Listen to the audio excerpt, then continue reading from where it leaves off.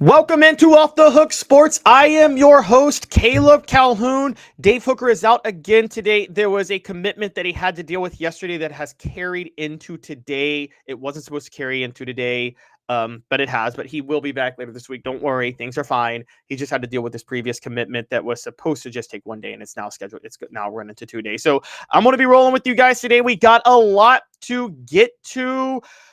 Jermod McCoy and David Sanders are both making headlines as impact players in different ways, and I think it's time to finally compare them in terms of their impact, and we're going to break that down.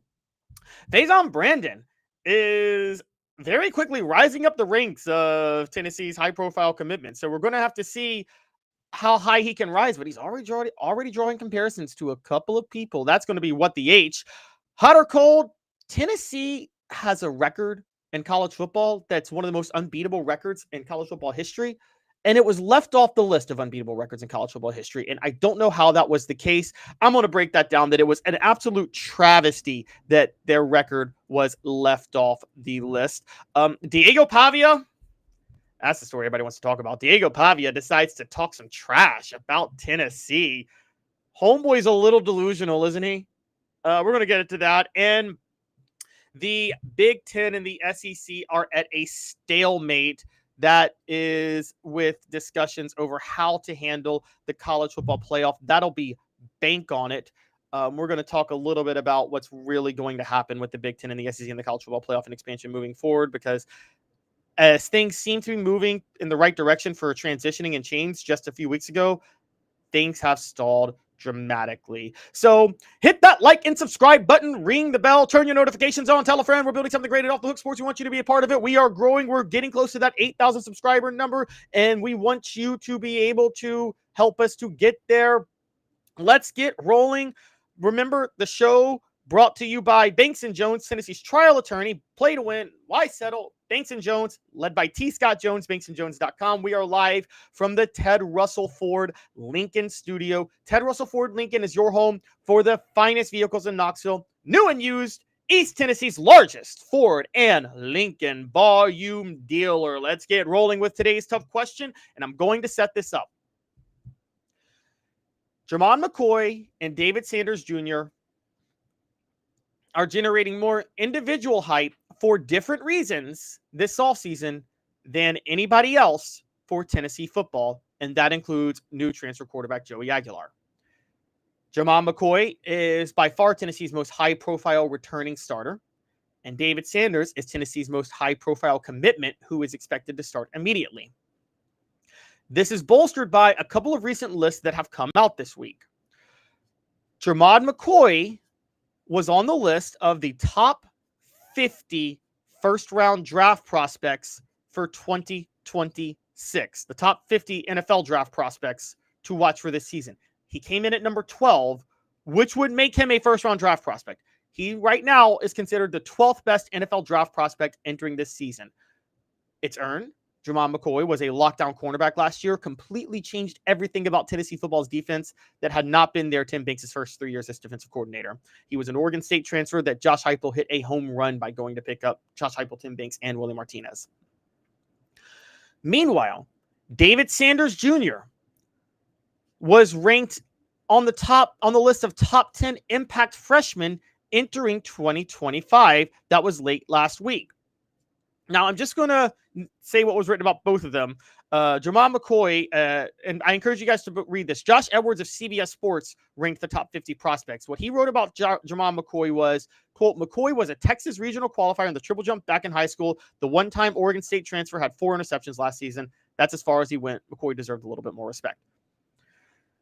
However, Michael Cohen of Fox Sports, when discussing David Sanders as a top 10 impact freshman, says Tennessee flashed both its recruiting chops and its NIL prowess by successfully staving off more than 3 dozen suitors to secure Sanders' signature last December. A summer filled with official visits to Nebraska, Clemson, Georgia, Ohio State, and Tennessee gave way to a verbal pledge from Sanders to the Volunteers shortly before the season opener. There was a significant late push from the Buckeyes in mid-November that left many Tennessee fans nervous about potentially losing the crown jewel in head coach Josh Heupel's class, especially when Sanders visited Ohio State again for a high-profile showdown with Indiana. But Sanders' commitment lasted into the early signing period when he officially put pen to paper and anchored a class that finished number 11 nationally and number 8 in the SEC.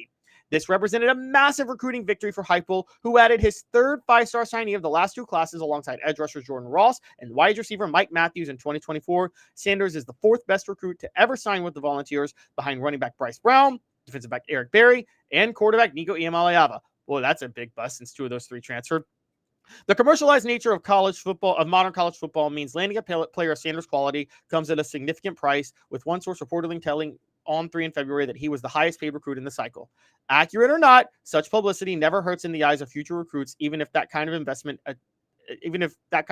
attached lofty expectations to Sanders from the moment he arrived on campus. Sanders, who played left tackle in high school, began spring practice by cross-training at both tackle positions before settling on the right side in March. He could be a day one starter when the Volunteers open against Syracuse on August the 30th. So today's tough question, and it's the poll question, is this: what is more likely to happen this year? David Sanders earns freshman All-American honors, or Jermod McCoy plays like a first-round NFL draft pick. Now, we know David Sanders is going to be plugged in right there at right tackle and start. He is one of those rare players that could probably start as a freshman. I think they're going all in on that. That's evidenced by Larry Johnson entering the transfer portal. What's holding David Sanders back a little bit is that Tennessee has to replace its entire interior line. Now, David Sanders will be starting opposite Lance Hurd at left tackle, but on the interior, they have to replace Cooper Mays, Javontes Praga, and Andre Carrick. They've got two transfers, Sam Pendleton and Wendell Moe Jr., but they also have William Satterwhite, Max Anderson entering into the rotation as well. So there's going to be kind of a fight for the three starters in that. David Sanders will have to deal with lots of inexperience that one he has, but also the interior linemen playing that are supposed to help him out will have. So there will be some serious growing pains. At the same time, Jermod McCoy tore his ACL in January, and he's not going to be 100% in September. Hence the reason Tennessee went for Colorado transfer Colton Hood. They have Ricky Gibson III. They had to pay him to stay, knowing his value. And so there's debates about Jermod McCoy, even though he's got insane talent and will have more experience this year. So both have potential, both have drawbacks. What's more likely? I'm leaning David Sanders, freshman All-American. And here's why. There's more leeway for freshman All-American. You're allowed to struggle in September and be a freshman All-American down the road. You struggle in September, though, as an experienced player, it's much harder to play your way into being a first-round draft pick the next year in the NFL draft. And I think Jermod McCoy is going to have trouble specifically because of that ACL tear. No one's going to... If David Sanders has a rough September, solid October, and a strong November, he'll be freshman All-American. If Jermod McCoy has a rough September, solid October, strong November, NFL scouts are going to be very concerned about what happened in September and October. So I'm leaning it's more likely David Sanders is a freshman All-American. Today's tough question brought to you by Banks & Jones, Tennessee's trial attorney. Play to win. Why settle? Banks & Jones, led by T. Scott Jones. BanksandJones.com. Why Banks & Jones? Well, it's because they're Tennessee's trial attorney. You can play to win with Banks & Jones because they'll go to trial. You've heard of other lawyers. They say they'll go to trial and fight for you. They won't. They just want to settle. That's the easiest way out. Well, that's not Banks & Jones, led by T. Scott Jones. They won't settle. They'll go to trial for you. Tennessee's trial attorney. They play to win. Truly, Tennessee's trial attorney when it comes to criminal defense or personal injury. Why settle? It's Banks & Jones. T. Scott Jones. BanksandJones.com. The poll question is up. What is more likely? David Sanders is a freshman All-American. Jermod McCoy plays like a first-rounder. Man, it is close. 53% say Sanders, freshman All-American. 47% say Jermod McCoy plays like a first-rounder. That's at 17 votes. When it was at 16 votes, it was a 50-50 split. So it's a very, very, very close call. Look, I understand the concerns of Nico Iamaleava and Bryce Brown. Tennessee, with high-profile recruits like this, has missed. We just saw what they said. Nico Iamaleava, Bryce Brown, and Eric Berry were the only three more highly rated recruits. Iamaleava and Brown both transferred after 1 year of playing with... Well, Iamaleava transferred after 2 years with Tennessee, only 1 year started. Bryce Brown transferred after just 1 year with Tennessee. Both were total bust. And I actually think consensus across the board, David Sanders is more highly rated than Nico Iamaleava, believe it or not. And I actually think he was more highly rated than Bryce Brown. I could be wrong on Bryce Brown, but I'm pretty sure he was more highly rated than Nico Iamaleava. Then there's Eric Berry, who started as a freshman and was a freshman All-American, and then should have won the Thorpe Award, but was an All-American as a sophomore, and then did win the Thorpe Award as a junior. He won the Thorpe Award as a junior because people felt he deserved it as a sophomore, honestly. That was not even a race that year. One of the best players of all time for Tennessee football. David Sanders has that level of potential. And for those saying he's a freshman, he's going to have trouble starting. Remember, Wanye Morris and Darnell Wright both started as offensive tackles for Tennessee, Jeremy Pruitt's second year in 2019. And Darnell Wright was a 4-year starter and was amazing his last year, played his way into a top 10 draft pick in 2022. David Sanders has that potential.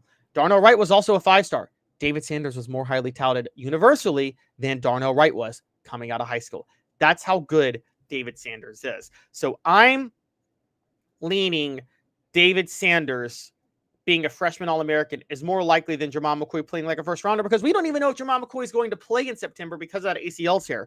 We're pretty sure David Sanders is going to be locked in as the starter at right tackle, given the fact that Larry Johnson III entered the transfer portal. So when you take that into account, I'm going to go David Sanders. Now, I want to get to some of the message board points, because there's a debate over whether or not David Sanders or Nico Iamaleava was a more highly rated recruit. Iamaleava was more highly rated on some services, but David Sanders was a universal 5-star.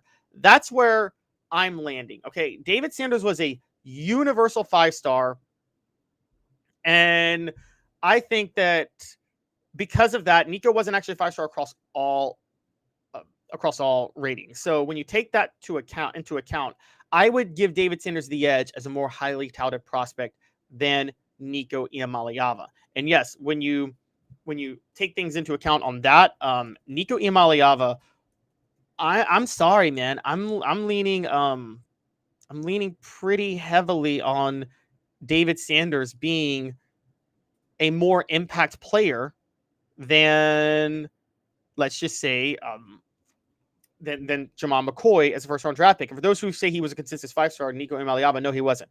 Nico Iamaleava, now you can criticize their ratings, but he was a 4-star on ESPN. His scout grade was an 89 on ESPN. He was a 4-star on ESPN. Now, ESPN is the least credible recruiting service out there. They're the ones you least value. For it's ESPN, On3, Rivals, and 247. ESPN is the one people value the least, but you take a little bit from it.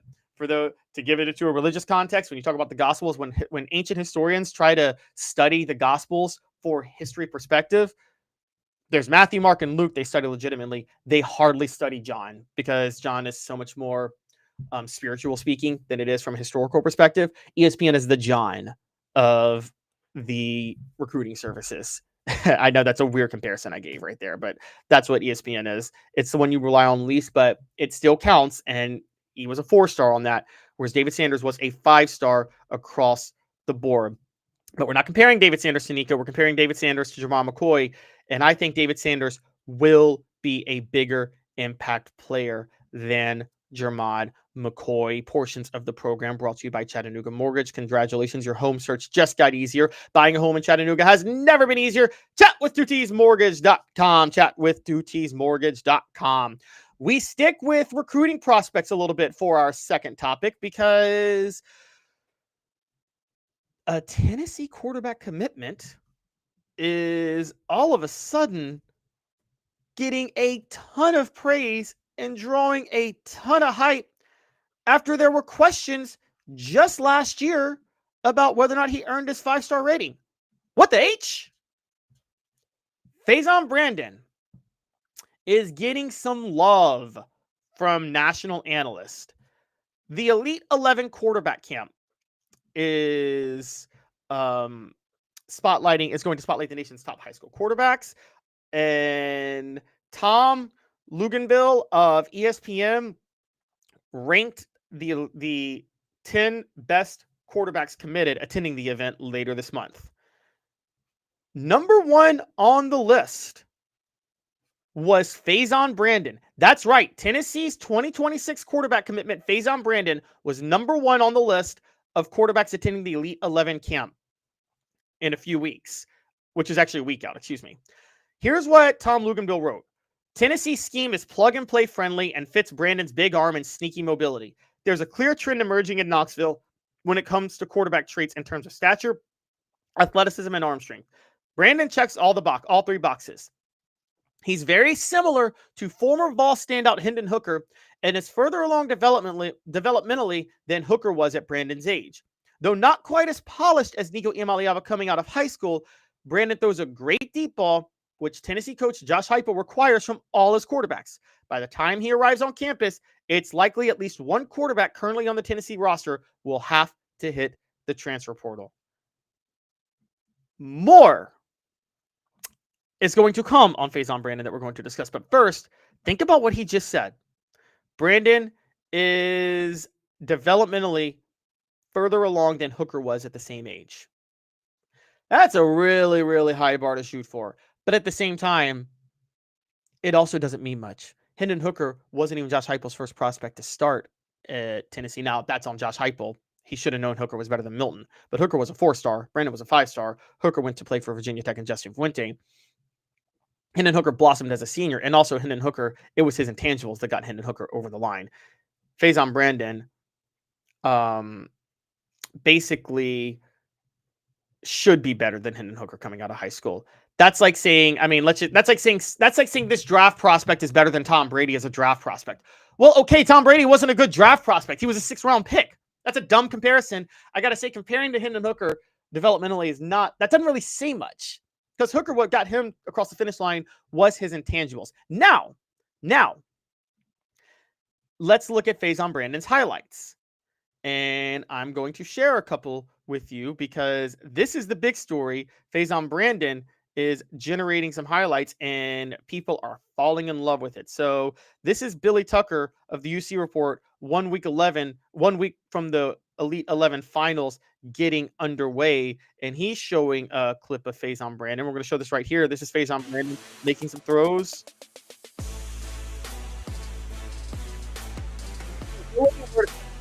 The most. He's got quick feet, much quicker feet than Nico Iamaleava did. Okay, that's actually a really big deal. He's got much quicker feet. Now, the out routes and the quick zips and things like that are things Nico Iamaleava didn't do as well. So that's good that they're showing that. Again, it's easy to do a lot of this when you're playing against air. But you can look at the quick feet and you can see what he's doing in the pocket. They're showing a lot more zip for him in a lot of these short passes and these out routes. And that's kind of a big deal. Now, there's a deep ball for you. Again, easy throw to make, doesn't count. I don't really care about the throws against air, but that does stand out a little bit in that he was able to move quickly in the pocket. Now, here's Steve Wiltfong showing a clip from Faizon Brandon right here. And you guys can take a look at this. Just there you go. See, look at him moving, look at him moving, look at him moving. And then there's the deep ball that everybody wanted to see. So now I got burned with my Nico takes that he was created in a lab to run Josh Heupel's system. I was wrong. I've owned that I was wrong. He didn't have the mobility that he needed. I still think he would have been great in the system developing, but I'm not good because of how burdened I got. I can't jump into the Faizon Brandon train, but he looked really, really good on those with his feet right there. And he does have more zip when he throws it than Nico. Nico probably throws a better deep ball, but if that difference is marginal, then I think you could see Faizon Brandon being better. Some people on Twitter have already said he's already better than Nico. And now we're hearing he's better developmentally than Hooker was. I think comparing Brandon to Nico is fair because they were both just highly touted recruits. You can compare where they are. They were both 5 stars. Comparing him to Hendon Hooker, even though they're both from North Carolina, is absolutely ridiculous to this point. What the Age brought to you by Rick Terry Jewelry Designs. Having been in the jewelry industry for a long time in the Knoxville community, I saw a need for a jeweler, a real jeweler. Our ability to do these designs has really been based on the customers bringing new things in and challenging us as a store. Our goal is not to tell anybody what they want. Our goal is to listen to what they want and then help them get there. Schedule your consultation today to get your special someone the perfect custom gift just in time for the holidays. Setting up the poll question right now, because with Faizon Brandon coming in, that'll make for 3 quarterbacks in next year's competition after Joey Aguilar leaves. So I'm going to go ahead and set this up now with the poll question. Who is the future for Tennessee at quarterback after Joey Aguilar, assuming Joey Aguilar starts this year? Is it Jake Merklinger, George McIntyre, or Faizon Brandon? You guys go ahead and vote on that. Now, I agree with Derek. How many times did we compare Manning to Heath? None. We need to stop this comparison thing with Hendon. Well, Derek, to be fair, nobody would have compared to Peyton Manning to Heath Schuler because they were totally different styles of quarterbacks. I mean, Faizon, some people are saying, has the quickness of a Hendon Hooker, and then obviously has the deep ball and the zip. So that's why you could see it a little more. Now, I would say that mobility is a big deal. I thought Nico would have had more mobility than he showed. Now, he took long strides, but it looks like quickness sometimes is more important for Heupel's system than just pure mobility and the long strides. Game No Bueno asked, how can you say Nico throws a better deep ball after we watched all last season? Game No Bueno, I got to point this out, and I'm going to save this with you. Nico Iamaleava was hamstrung last year with the receiving core at Tennessee. Josh Heupel never should have named Brew McCoy the number one go-to wideout. He did it out of affection for him as a senior for seniority purposes, but Brew McCoy had clearly lost a step, and him losing a step threw off the timing for the rest of the receiving core because you need that receiver to dictate coverage, and Nico didn't have that last year. That's a huge part of this system in the SEC. You don't need that when you're at UCF, but when you're in the SEC, you need a receiver that dictates coverage for this system to work. Old Brew McCoy did dictate coverage. Last year's Brew McCoy could not dictate coverage. He couldn't. He had just lost a step. That's why Nico looked like he overthrew the a lot of receivers, if we're going to be honest. So that's the issue there. Now, as far as Faizon Brandon goes, look, this is why I think Heupel wanted Joey Aguilar this year. I'm just going to be honest with you. This is why I think Heupel wanted Joey Aguilar. I think Heupel wanted an open competition with Faizon Brandon coming in next year between Brandon McIntyre and Jake Merklinger, George McIntyre. And I think that he didn't want to give anybody a leg up in that competition. Hence the reason he went for Joey Aguilar this year, because whoever would start otherwise would have that leg up. He doesn't want the leg up. He wants a pure open competition next spring to see who wins the job. And that's going to be exciting for Tennessee. I'll be honest. Next spring is going to be very exciting for Tennessee.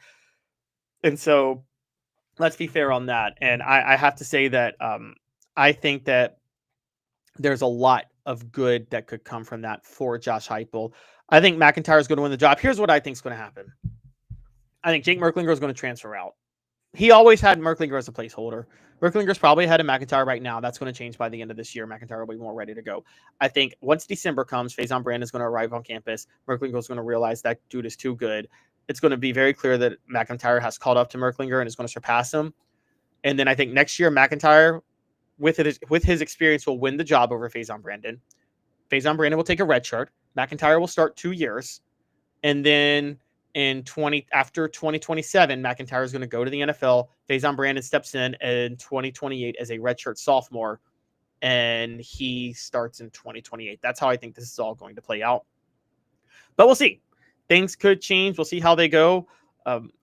There's a lot of ways this could play out, but I would say I think the hype behind Faizon Brandon is very intriguing. Portions of the program are brought to you by Hemp House, the premier hemp dispensary online with a wide variety, great selection of strict standards. HempHouseChatWith2Ts.com, HempHouseChatWith2Ts.com. Use the promo code HOOKED for 10% off when we come back. Tennessee totally disrespected by an ESPN article. Surprise, surprise. How does Tennessee not get included on a list of unbreakable records? I'm going to talk about that unbreakable record. Stick with us. 2 minutes off the Hook Sports. Why Banks & Jones? Well, it's because they're Tennessee's trial attorney. You can play to win with Banks & Jones because they'll go to trial. You've heard of other lawyers. They say they'll go to trial and fight for you. They won't. They just want to settle. That's the easiest way out. Well, that's not Banks & Jones, led by T. Scott Jones. They won't settle. They'll go to trial for you. Tennessee's trial attorney. They play to win. Truly, Tennessee's trial attorney when it comes to criminal defense or personal injury. Why settle? It's Banks & Jones. T. Scott Jones. BanksandJones.com. Now in its 45th year, the second and third generations continue Joe Newbert's commitment. his vision of what this business needed to be, we still try to live up to that. Joe Newbert Collision Center. Community banking is about location and much more. It's about family. We reside in your community. We are a part of your community. At Commercial Bank, our commitment extends beyond the walls of our branches. It's displayed each day in the opportunities we provide, the money we give back, and the time we commit, all to help improve the lives of the people, families, and businesses that make our communities great. Commercial Bank, life made better. Hi, Mike Davis here with City Heating and Air, reminding you to always dare to compare. Our team provides quality local heating and air service, installation, and maintenance across East Tennessee. We use only the best equipment like American Standard heating and air conditioning for your residential, new construction, or commercial needs. Honesty, dependability, and customer satisfaction have been the cornerstones of our business since 1961. City Heat and Air. Dare to compare. Are you ready to get strong? At NFC, we offer top-notch weight training and functional fitness, so you can build strength and improve your performance. Join today at nfc1.com or stop by any one of our 7 East Tennessee locations. Welcome back to Off the Hook Sports. Portions of the program brought to you by Hound Dogs of Knoxville. Champions look good in orange. hdknoxville.com. hdknoxville.com. The poll question is up, and the poll question is, pulling it up for you guys again, what is the future for Tennessee at quarterback after Joey Aguilar, Jake Merklinger, George McIntyre, or Faizon Brandon? And none of you guys are saying Merklinger. It's 50-50 with 14 votes in McIntyre and Faizon Brandon. A lot of disagreements there. I understand that I'm probably leaning McIntyre, if we're being honest. McIntyre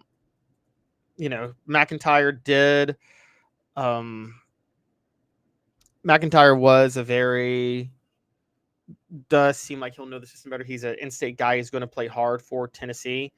So I do understand why somebody might say Faizon Brandon, given his height, but I'm leaning George McIntyre too, just because of the intangibles that are coming with recruiting him. Not that Faizon Brandon doesn't have intangibles. I'm not saying that, but I am saying that I think McIntyre has a level of potential that's just, let's just say a level of intangible. How about that could get him the job plus the experience. That's probably why I'm leaning George McIntyre. It is time for this day in Tennessee sports history. And on this day in Tennessee sports history, first of all, it's brought to you by Sports Treasures. We're going to talk a little bit more about them in a second. Sports Treasures you have to know about. On this day in Tennessee sports history in 2021, Jack Kyle died. Jack Kyle died at 81 on this day in 2021. For those who don't know, that was 4 years ago. Jack Kyle was a Tennessee football player under Bowden Wyatt. He had his career cut short due to a knee injury, but he was on the 59 team that upset number 1 ranked LSU, and then he became an assistant coach under Doug Dickey from 1962 to 1965 and was a recruiter from 1966 to 1969. Why is that relevant? Jack Kyle was a recruiter for Tennessee when they recruited the first black player to the program, Lester McLean, and he was a recruiter for Tennessee when they won the national title in 1967. So Jack Kyle was an assistant on the 67 national title team, the one that retroactively claims a national title. He passed away 4 years ago. This day in Tennessee sports history, brought to you by Sports Treasures, carrying over 5 million sports treasures and so much more. Follow on Facebook for the best sports memorabilia, daily updates, facebook.com/sports treasures TM, facebook.com/sports treasures TN. Sports Treasures in North Knoxville is one of the South's largest sports cards and memorabilia dealers, featuring over 10 million sports cards from vintage to modern. Sports Treasures carries a full line of hobby boxes, singles, autographed memorabilia, Tennessee Vol collectibles, fan cave decorations, and so much more. See a museum full of collectibles at Sports Treasures, 4819 North Broadway in Fountain City, and Sports Treasures on Facebook. Sports Treasures, where the real sports fan goes to shop. All right, coming back to Off the Hook Sports, we're going to have a little fun because we're going to have to trash. And I'm sorry to do this, but we're going to have to trash ESPN. I'm so sorry, ESPN. I hate trashing you. I'm kidding. We're going to play a little hot or cold. Chris Lowe. And I love Chris Lowe. The dude's amazing. He covered Tennessee before he got to ESPN. Has severely disrespected Tennessee football. Severely. And Chris, man, I got to call you out. Chris Lowe wrote a list of the 10 most unbreakable records in college football. And he left one of Tennessee's records off the list that is clear as day an unbreakable record, largely because of the way the game has changed. It was the 10 most unbreakable records, and not one of them was Tennessee's record of 17 straight shutout wins from 1938 to 1939. For those who don't know, Robert Nealon, this was the golden age of Tennessee football, the original first golden age. Okay, in 1938, Tennessee went 11-0, won their first SEC title, won their first bowl game, made their first bowl appearance in the Orange Bowl, finished number 2 in the AP poll, and claimed a national title that year because they were number 1 across a lot of services. Tennessee that year shut out all but 3 of their opponents. They shut out, I kid you not, of their final 9 games, they pitched a shutout in 8 of them. And they pitched a shutout in their final 5 games.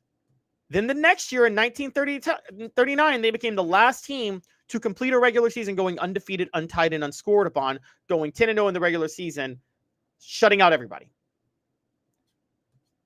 So, again, Tennessee had a record of 17 straight consecutive shutouts. And they were left off the list of most unbreakable records in college football. How in the world could that be the case? We're going to play a little hot or cold. And we're going to look at the list that Chris Lowe put ahead of Tennessee. And we're going to see if any of these records are more breakable than the record Tennessee set. Because I think it's insane that Tennessee's left off this list. So let's go down the list. Consecutive shutouts. Remember, we're looking at Tennessee's record for consecutive games pitching a shutout under Robert Nealon and see if any will come close to that record in this day and age with the games changing in college football. Number 1, Oklahoma's 47-game winning streak. No, that's not more breakable than Tennessee's record of 17 straight shutouts, excuse me. That's insane. Oklahoma, I mean, again, 15 straight shutouts is no one's doing that. And there's no way. Yes, 47 wins seems very, very, very hard. It does. And it's probably impossible. But the 15 straight shutouts is more impossible. Sorry. Oklahoma's 47-game win streak, not unbreakable. Barry Sanders' record of 2,628 rushing yards. No, that's not more unbreakable than Tennessee's 15 straight shutouts. Ashton Jeanty just came up 27 yards short of that just last year. No, that's not unbreakable. Sorry. Florida State's record of top 5 finishes of 14 straight years finishing in the top 5. Again, tough, similar to Oklahoma, but no, not impossible. I'm sorry. Florida State is that somebody else could do that, particularly if you're a school like Clemson now in the ACC, like Florida State was for most of that time during that record. No, not more unbreakable. I'm cold on all three of those. Okay. Oklahoma averaging 470 rushing yards per game. Now, here we could talk a little bit, because I will say college football, the way it is played right now today, and the NFL makes averaging over 400 yards rushing impossible. But we can't say the game of college football is going to be the same in 10, 15 years. So the question becomes, what's more likely?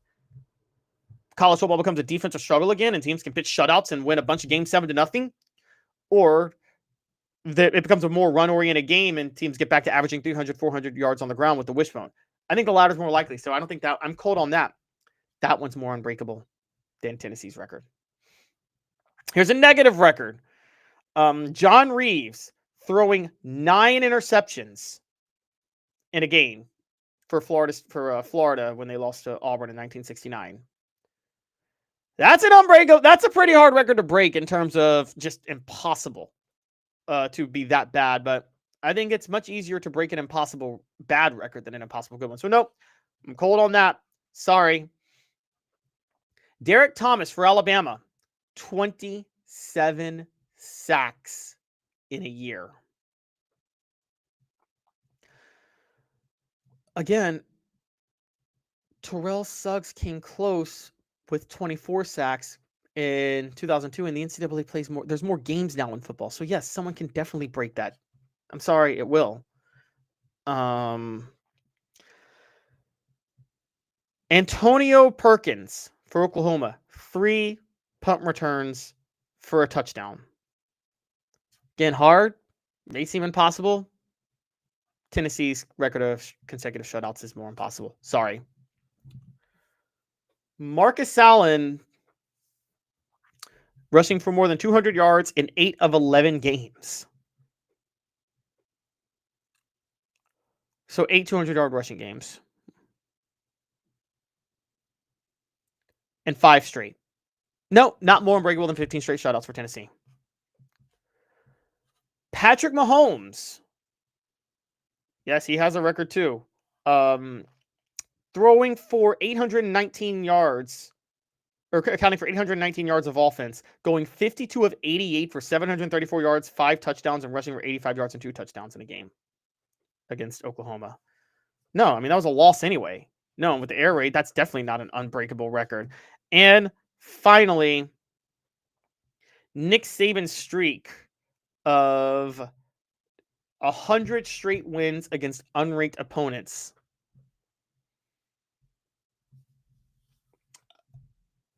Okay. Are you ready for this?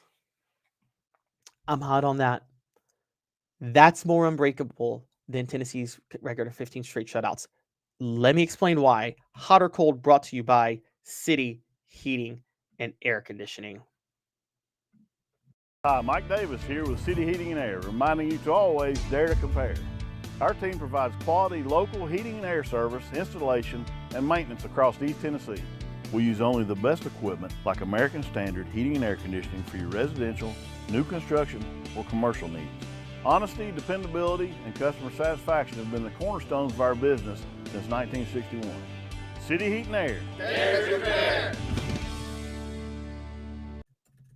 All right, the poll question is up. Is any college football record more unbreakable than Tennessee pitching 15 straight shutouts? Now, let me explain to you why Nick Saban's actually is more unbreakable now.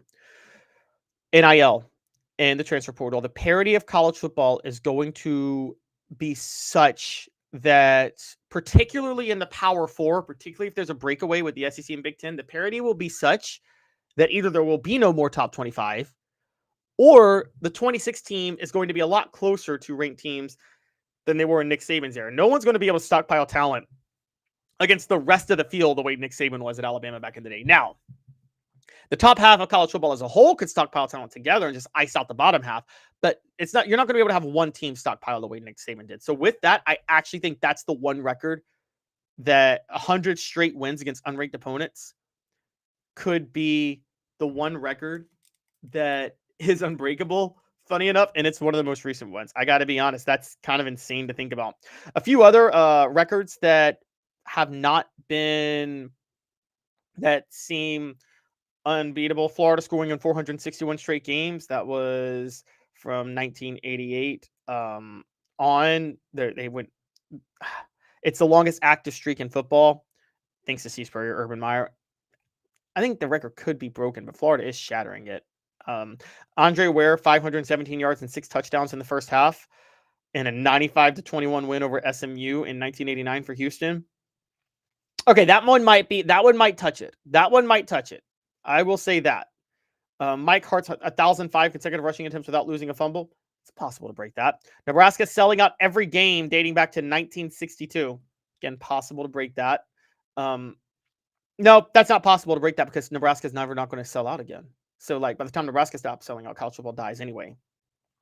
Alabama, 27 straight games against SEC opponents from 1976 to 1980. No, I think a team is going to be able to do that, honestly. I mean, Florida was close with that. I do believe in the 90s with Spurrier, 25 straight from 94 to 97. Dominic Davis completing 36 straight passes in 2011. Well, that record keeps getting broken. T. Martin set that record with 23 straight in 1998, so that's going to continue. Georgia committing 13 turnovers and a loss. Maybe because that was done in 1951, and during that time, what teams still played in brutal weather and things like that. So possibly that could be more unbreakable. I don't know. Chris Kleiman allowing just 3 punt returns in 14 games for a net total of 0 yards. That's not an unbreakable record. Northwestern losing 34 straight games. Yeah, that's like the Mud Dogs over there. Waterboy. That could be unbreakable. I don't know, though. Vandy going here's one. Vandy going the entire season in 93 without throwing a touchdown pass. Again, in this era of college football, as unbreakable as Tennessee's 15 straight shutouts, but I do think that college football will go through a transition again where it's more run-oriented. Wake Forest, Nick Skiba with 34 straight made field goals. That could be broken. And San Diego State's Daniel Pumphrey rushing for 6,405 career yards. Yeah, more games being played. That could be broken too pretty easily. So the long story short is Tennessee's record of 15 straight shutouts has about 2 or 3 records that are more unbeatable than that, or as unbeatable. None more. That's the most unbeatable record possible. And I got the poll question up. Is any college football record more unbreakable than Tennessee pitching 15 straight shutouts? 9% of you are saying no. Yes, 91% of you are saying no. I agree with you guys there. David Speaks has one. David Speaks comes. That's another one that needs to be in there. Georgia Tech scoring 222 points. Unbreakable. Yeah, unbreakable. Okay. Lindsay says beating a team 26 years in a row will never be accomplished again. Even then, 17 straight shutouts is more difficult. Well, I agree, Lindsay, but the thing is there's actually longer streaks than the one Tennessee had over Kentucky. I believe Notre Dame Navy was like pushing 40 years at one point. But I'm not entirely sure, but I do believe they were pushing 40 years. Portions of the program are brought to you by Peak IV Hydration. Hydrate, rejuvenate. In South Knoxville and Sevierville, live your life to the fullest. Hydrate, rejuvenate, and elevate your health with Peak IV Hydration. Link in the chat down below or on the chat to the side, depending on how you're watching this. When we come back, Diego Pavia has decided to open his mouth for Vanderbilt, and it's time to fire back. Stick with us. 2 minutes off the hook sports. It's a new year, a new day, and Ted Russell Lincoln has an exciting new offer to share. Right now, get a 2024 Lincoln Navigator with 0% APR for 72 months and up to $4,000 in bonus cash. Or drive away in a new 2024 Lincoln Corsair Grand Touring with 0% APR for 60 months and up to $4,500 in bonus cash. It's time to get excited about the ride. Come and see what a luxury car experience truly is at Ted Russell Lincoln Knoxville. Now in its 45th year, the second and third generations continue Joe Newbert's commitment. His vision of what this business needed to be, we still try to live up to that. Joe Newbert Collision Center. Having been in the jewelry industry for a long time in the Knoxville community, I saw a need for a jeweler, a real jeweler. Our ability to do these designs has really been based on the customers bringing new things in and challenging us as a store. Our goal is not to tell anybody what they want. Our goal is to listen to what they want and then help them get there. Schedule your consultation today to get your special someone the perfect custom gift just in time for the holidays. Sports Treasures in North Knoxville is one of the South's largest sports cards and memorabilia dealers, featuring over 10 million sports cards from vintage to modern. Sports Treasures carries a full line of hobby boxes, singles, autographed memorabilia, Tennessee Vol collectibles, fan cave decorations, and so much more. See a museum full of collectibles at Sports Treasures, 4819 North Broadway in Fountain City, and Sports Treasures on Facebook. Sports Treasures, where the real sports fan goes to shop. Are you ready to get strong? At NFC, we offer top-notch weight training and functional fitness, so you can build strength and improve your performance. Join today at NFC1.com or stop by any one of our 7 East Tennessee locations. Welcome back to Off the Hook Sports. Portions of the program brought to you by Quality Tire Pro, serving Chattanooga community since 1957. All major brands of tires, full-service automotive brake alignments, oil changes, and more. QualityTirePros.com. Walk in and say, hey, Bo. Off the Hook Sports sent you. Diego Pavia of the Vanderbilt Commodores, the quarterback who sued to play a 7th year of college football and got it, is now feeling a little high and mighty because he got that extra year of college football. And that high and mighty has taken him to say some crazy things. Diego Pavia has decided to take shots at the Vols. He's decided to take shots at Alabama. And he's decided to say he would mutilate himself while daring to mention national championships. This is crazy, and it is 4 Downs, brought to you by Ted Russell Ford. And we want to say Cooper Mays is going to ask you guys now to hit like and subscribe. And first down from Coop is this.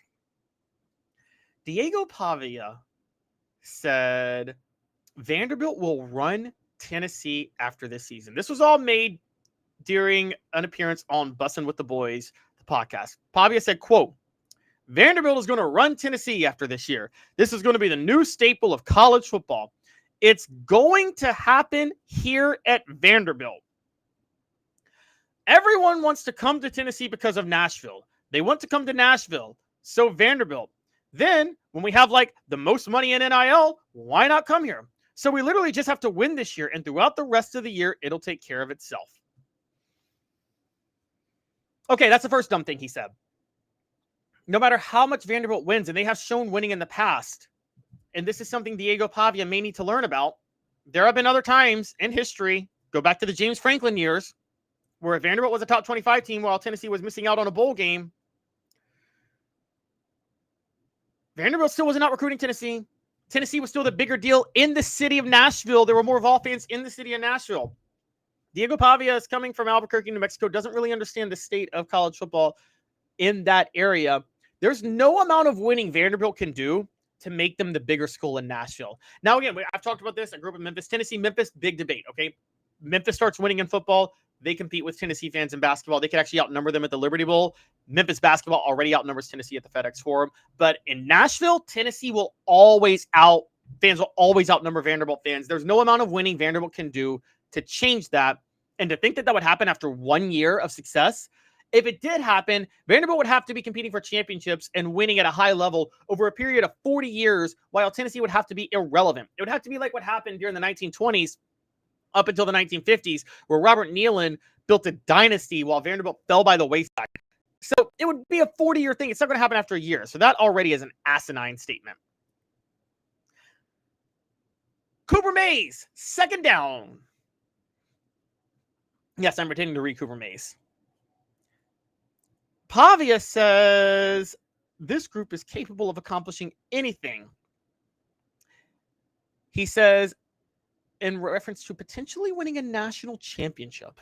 I kid you not, asked if they could win a national championship. He goes, for sure. I have no doubt we have the guys to do it. We have the firepower. We have the depth. We have the defense, the offense. Like, we would be selling ourselves short if I was to sit here and tell you we don't have the faith to go and win the national championship.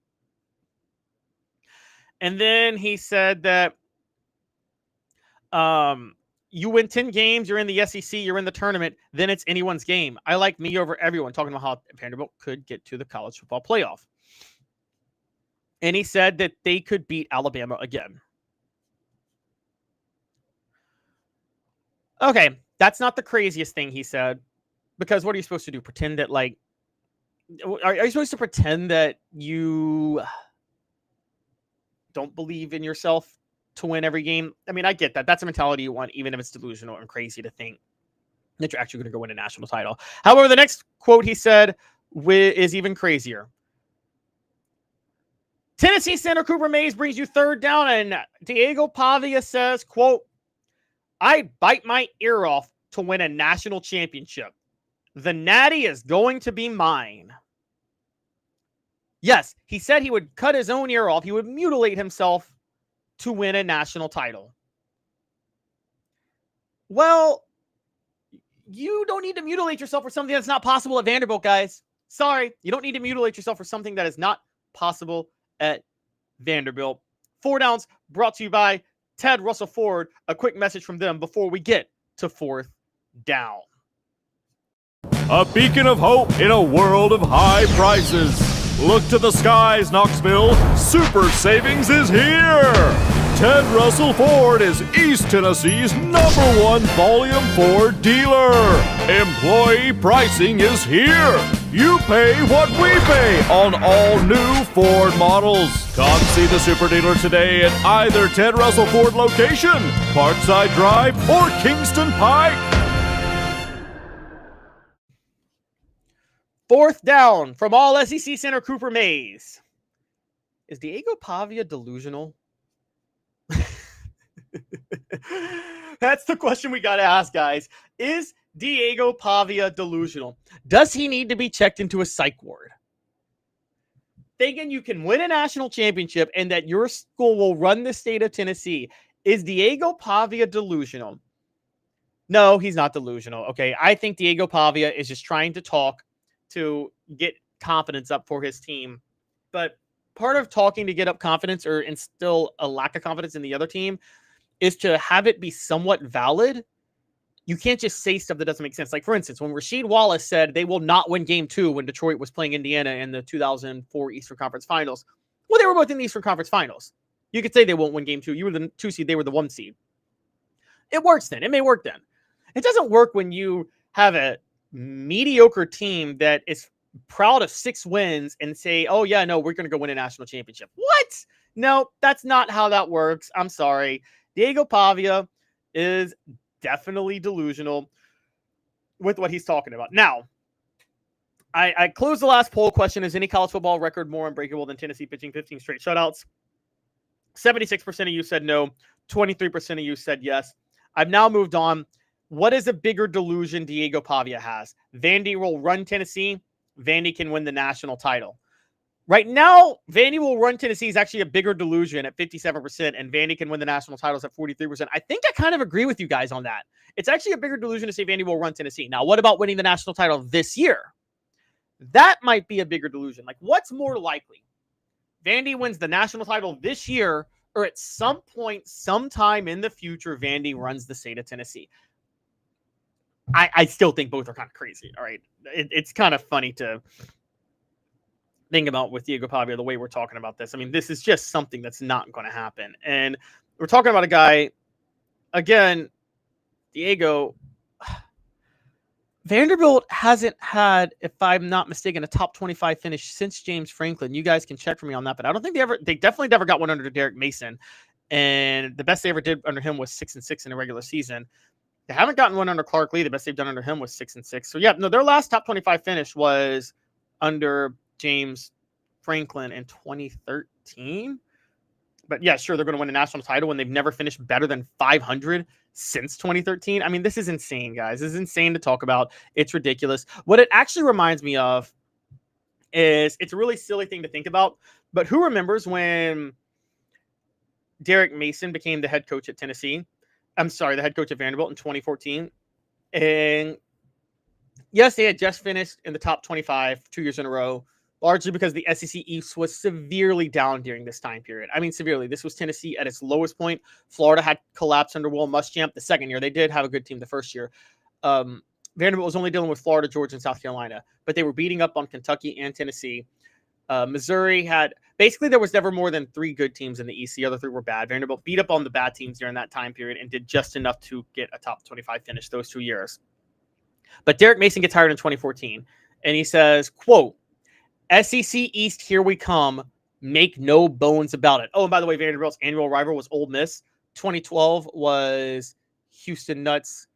I'm sorry, 2012 was Hugh Freeze's first year. Ole Miss was still down in the dumps from the end of the Houston Nut era, so they were a bad program, so they were cashing in on that. So Derek Mason gets hired in 2014. It says, SEC East, here we come. Make no bones about it, because if you can't talk about it, you can't be about it. They weren't winning the SEC East ever.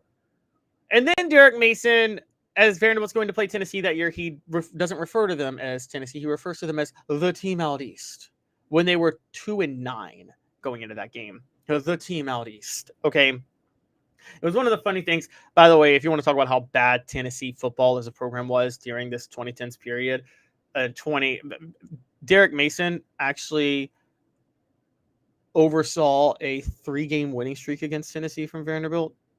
But that's not happening anymore, guys. I'm sorry. That's not happening anymore.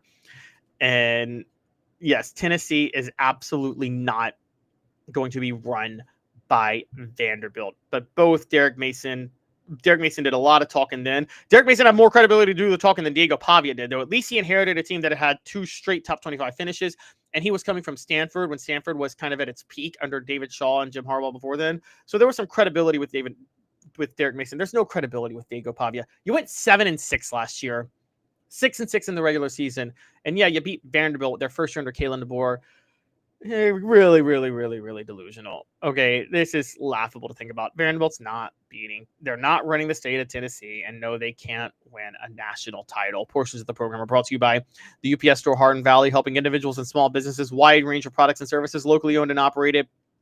10629 Hardin Valley Road. When we come back, the Big Ten and the SEC are at a stalemate. That'll be bank on it. What's going to come of that? Stick with us. 2 minutes off the hook sports.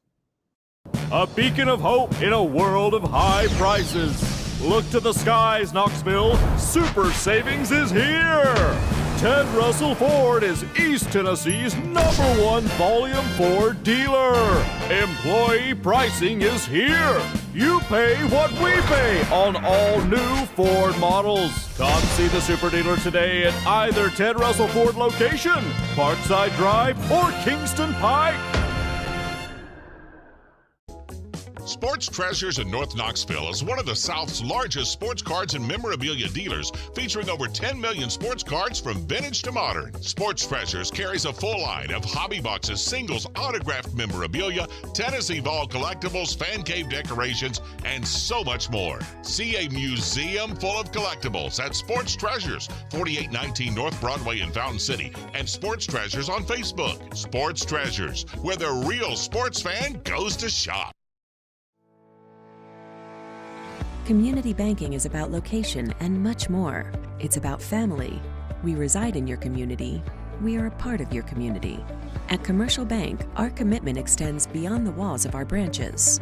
It's displayed each day in the opportunities we provide, the money we give back, and the time we commit, all to help improve the lives of the people, families, and businesses that make our communities great. Commercial Bank, life made better.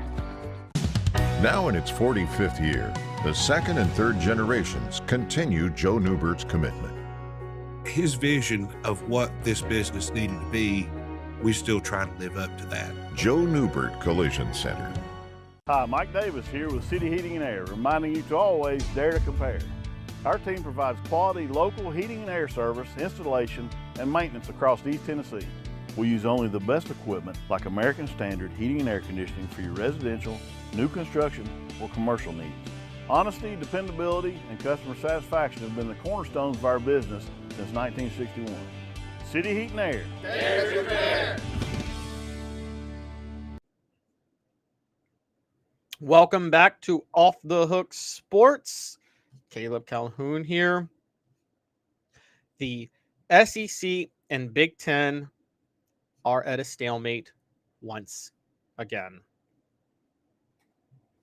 Now, there are a couple of reasons for this fight, but the stalemate comes down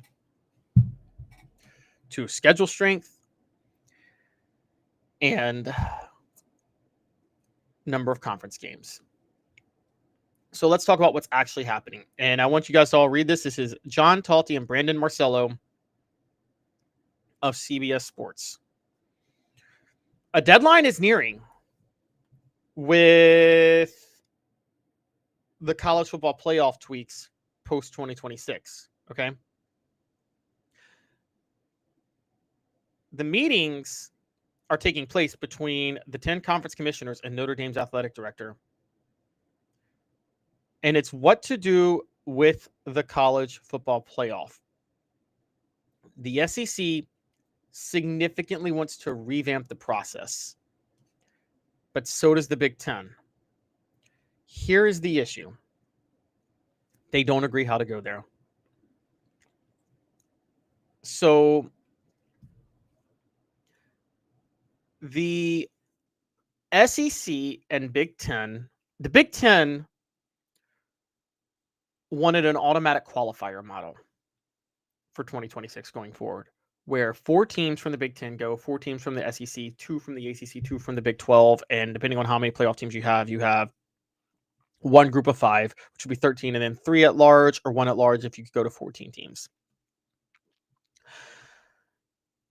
The SEC wants a selection committee, but one that tweaks the currently used metrics and weighs strength of schedule more heavily than in the past.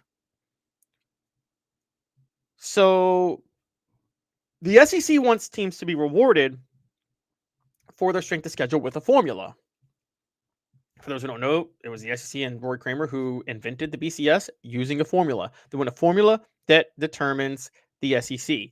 Now, the strength of schedule rankings last year would have favored the SEC over the committee's rankings. ESPN's FPI is one that the SEC cites. The SEC has broken down how tough the regular season gauntlet is. Now, the SEC with that, they want a 5+11 model where schedule strength is weighed. The Big Ten has come out and said in a model where it's 5+11, which 5+11 model means 5, the top 5 conference champions, and then 11 at large. The Big Ten commissioner, a Big Ten source said there's no amount of data you can pour through to figure out who's better between the 4th place Big Ten team, the 4th place SEC team, and the 2nd place Big 12 team. I recognize people think there are solutions. We've studied it a whole lot, and there's not a whole lot that you can do to tweak it. Here's the roots of it. The root of it is the Big Ten doesn't want a 5+11 format that weighs schedule strength that they think will heavily favor the SEC, when they think the SEC is manipulating the schedule strength to play non-Power 4 teams with better records while avoiding the number of Power 4 teams since they play 8 conference games while the Big Ten plays 9. And you saw this last year where number of conferences total against Power 4 games, there were 93 total Power 4 games by the Big Ten last year and only 82 by the SEC. The 8 versus 9 conference games debate is a huge part of this week's discussions. The 5+11 format that the SEC wants, the Big Ten's only going to get on board if the SEC moves to 9 conference games. Here's the problem. The SEC with 9 conference games, they're not wrong on this point, and I have to point this out. Top heavy 1 through 5, Big Ten and SEC rival each other. Bottom 3, Big Ten and SEC rival each other. But if you take those 8 schools like in the middle, the SEC is so much tougher than the Big Ten. It's not even close with those schools. So if you do 9 conference games in the Big Ten, you're getting a lot of easier matchups for the power teams. Whereas the SEC, on the other hand, that's an extra game that they could potentially lose. The SEC wants a couple of things, and this is why they don't want to move to 9 conference games. One, it could wreck them in terms of their they play a more gauntlet of a schedule. They're right about that. It could wear them down for a playoff. But also, even if there was the automatic qualifier format, the SEC could still get multiple teams in if they did a 9-game schedule. The problem is there's a TV deal with the SEC that's a problem. And a lot of this falls back on Greg Sankey for signing a bad deal with ESPN. The Big Ten has 9 conference games, but they have a $7 7-year, $1 billion per year deal across 3 networks. The SEC has a 10-year, $300 million a year deal with one network, ESPN. If the SEC moves to 9 conference games, they don't get any extra. The ESPN will televise about 8 less games. So technically, because there's more SEC teams playing each other, you go from 128 SEC games to 120 games involving SEC teams. Mathematically, that's how that works. But you get more big games. ESPN doesn't mind losing the 8 games that'll be played on SEC Network to get more marquee games on their cable networks that they can sell advertising revenue to. They'll get a lot more money out of that. The SEC, meanwhile, loses those 8 games, loses the attendance from those 8 games, and gets nothing extra from ESPN. So that's where the negotiations are falling apart, is the SEC wants to get a better deal from ESPN, and they can't get the deal they want from ESPN because they signed a bad deal from the start, and I don't blame ESPN for doing that. All this boils down to this. The Big Ten wants the automatic qualifier format. The SEC wants the 5+11 format. The Big Ten will agree to the 5+11 format if the SEC goes to 9 games. The SEC can't go to 9 games until they work out a deal with ESPN that ESPN is not going to agree to. Hence, the stalemate. With this stalemate, I don't think the SEC is as diametrically opposed to the automatic qualifier format. The compromise is going to be this, and it's Bank on It, brought to you by Commercial Bank, member FDIC, Life Made Better. The automatic qualifier format will take hold. And then the selection committee will more heavily weigh schedule strength for the final 3 at-large spots. Bank on it. Commercial Bank is your neighborhood bank.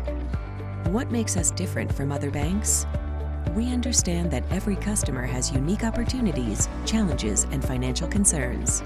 We don't expect you to fit into the same box as the next person or business. Whether it's purchasing a home, saving for your child's future, or planning for your next vacation, we're with you every step of the way to navigate life's big decisions. Commercial Bank. Life made better. Yes, Bank on it. The automatic qualifier format is going to be the format for the 2026 college football playoff. What does that look like? Again, the Big Ten wants automatic qualifiers because they got 4 teams in last year and were lucky to get 4 teams in because it was based on schedule strength. The SEC only got 3, but the SEC's 14th, 15th, and 16th teams, or 13th, 14th, 12th, 13th, and 14th ranked teams were all SEC teams. So in a 5+11 model, had they expanded to 16, the SEC would have had 6 teams in with the Big Ten 4. The SEC, the automatic qualifier model is going to look like this. The SEC gets 4 teams in. The Big Ten gets 4 teams in.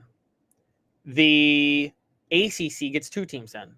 The Big 12 gets 2 teams in. The Group of 5 gets 1 team in.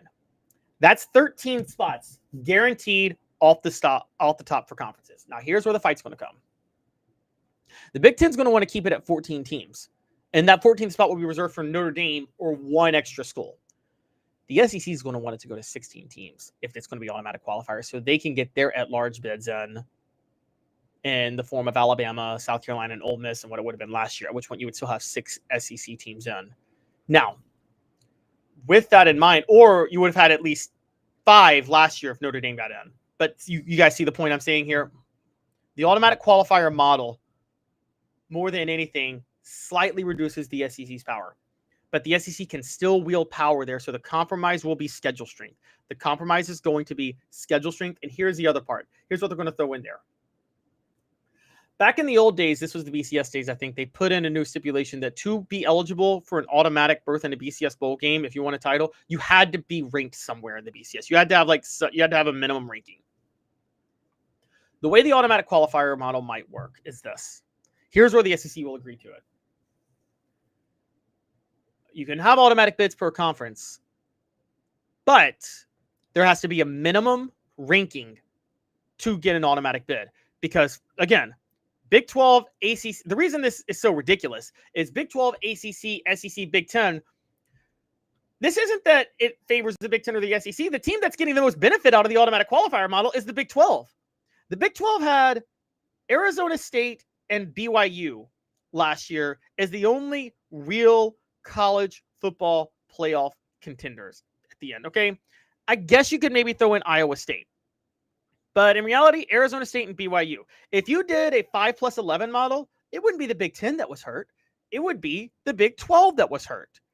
If you did a top 16, it wouldn't. If you did auto conference bids, however you did it, the Big 12 is the one that benefits the most from the automatic qualifier because nobody from the Big 12 qualified to get into the playoff outside of Arizona State. So you would have had 2 teams from the Big 12 get in instead of 1. When you look at that automatic qualifier model, I think the SEC may come to an agreement of you have to at least, to be an automatic qualifier, you have to at least be in some sort of ranking. Now, the Big 12 still would have had enough teams get in last year because BYU and Iowa State would have met that minimum ranking.